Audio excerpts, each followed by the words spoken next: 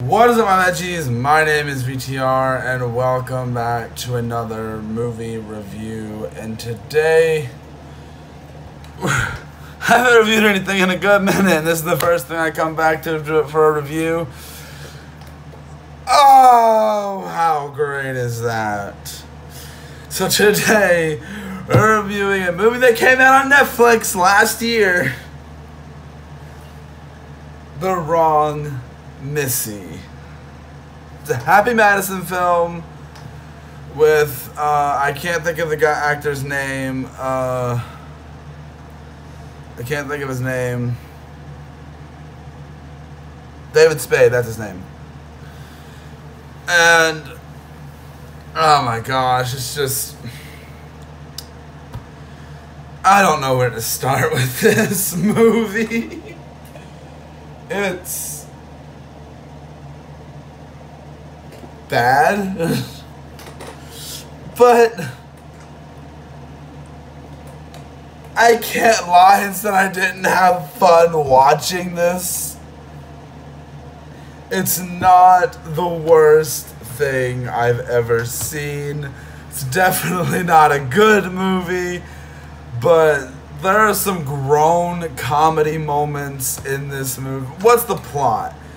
David Spade's character, I don't know the character's name. David Spade has two girls named Missy in his phone, and he texts the wrong one. And the guys go on a vacation for his job, and hijinks ensues. The one he calls is a crazy, wacky, over-the-top girl that he does not want to be around. And it's legit just that kind of movie, if you know what I mean. It's that kind of movie. The comedy comes from some shock value,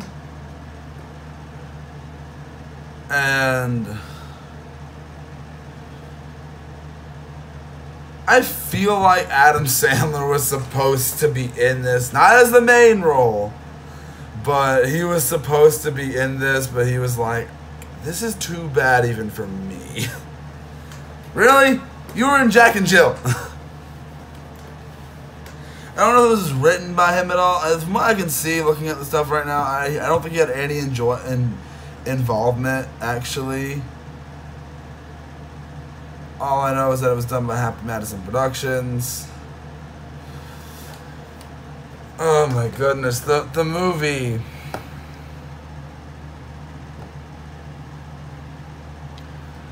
The comedy is so bad, but there are some jokes that do hit with this film. Do I regret watching most of this? If you're going to watch this movie, watch it with friends. Do not watch this movie by yourself. Watch it with friends. Like, not even gonna lie, you'll have more fun with this movie if you watch it with friends. It's got some weird comedy moments. It's one of those, like, your mom is gonna love it. It's one of those type of comedies. Like, the not basic, but like the average person's probably gonna enjoy it. But it's just bad. It's disturbing.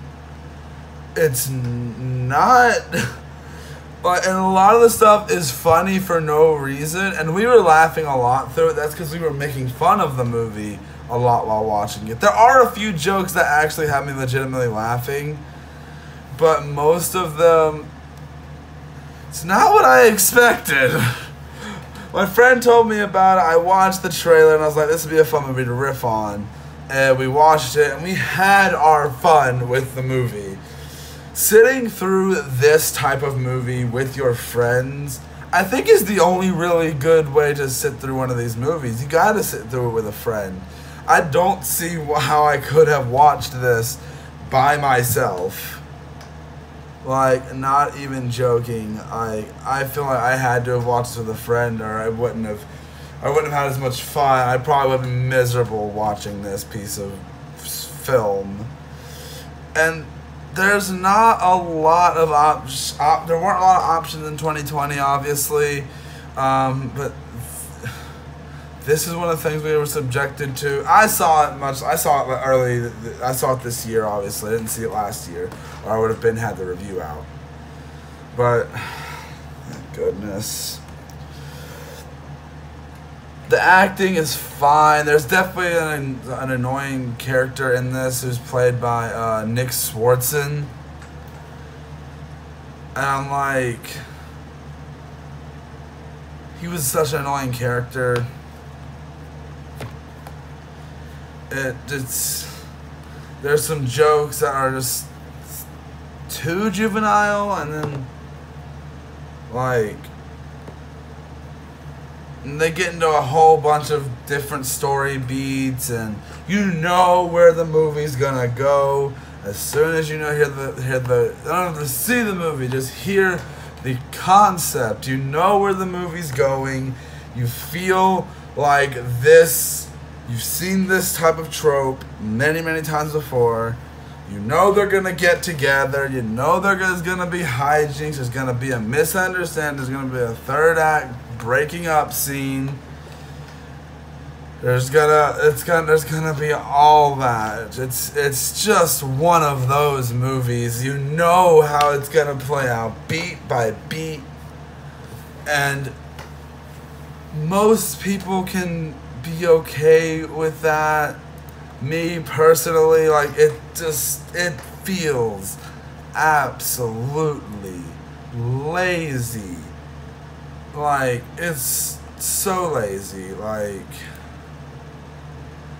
I don't even know what to say about how lazy this movie is. And some of the comedy just makes me groan. But there are some good jokes. Don't think I'm going to just crap all over this movie. I want to see the Rotten Tomatoes score.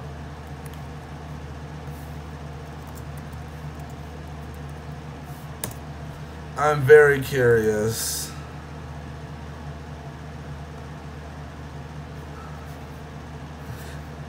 Not even audiences like this. Okay.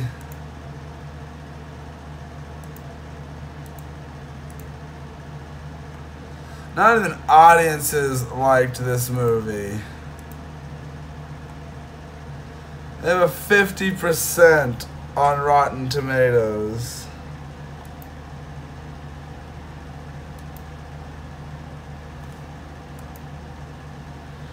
And the 33% critic score. I'm good to see the average person is starting to see how bad these movies are. I feel like my family would love this. Not that I'm trying to crap on my family, but my family would love this. A lot of my family would find this hilarious. Like, I'm not even going to sugarcoat it. A lot of my family would find this movie hilarious. There'd be some of them that would groan and think, oh, that's stupid. And I wish most of my family would see movies the way I do. But it's...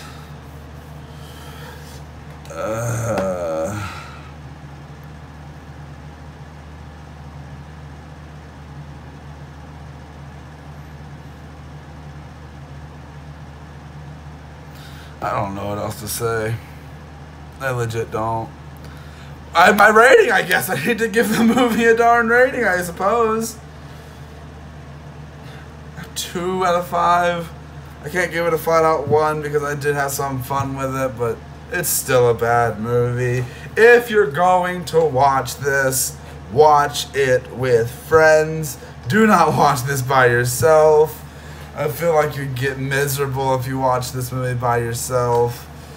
it's just not worth the time to sit and watch this by yourself. But what did you guys think of The Wrong Missy? And I'm actually gonna be sitting down to rewatch some of the 2020 movies that I missed. Got a couple on a list here, so I can finally do my top 12. We got quite a few actually. If we look at right here, we got 1, 2, 3, 4, 5, 6, 7, 8. No. 8, 9, 10, 11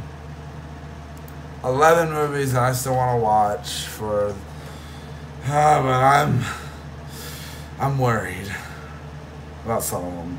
But they can't be worse than The Wrong Missy, right? Right?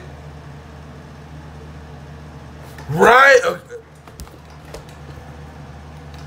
But I hope you guys enjoyed this review nonetheless, and I'll see you guys in the next one. Bye.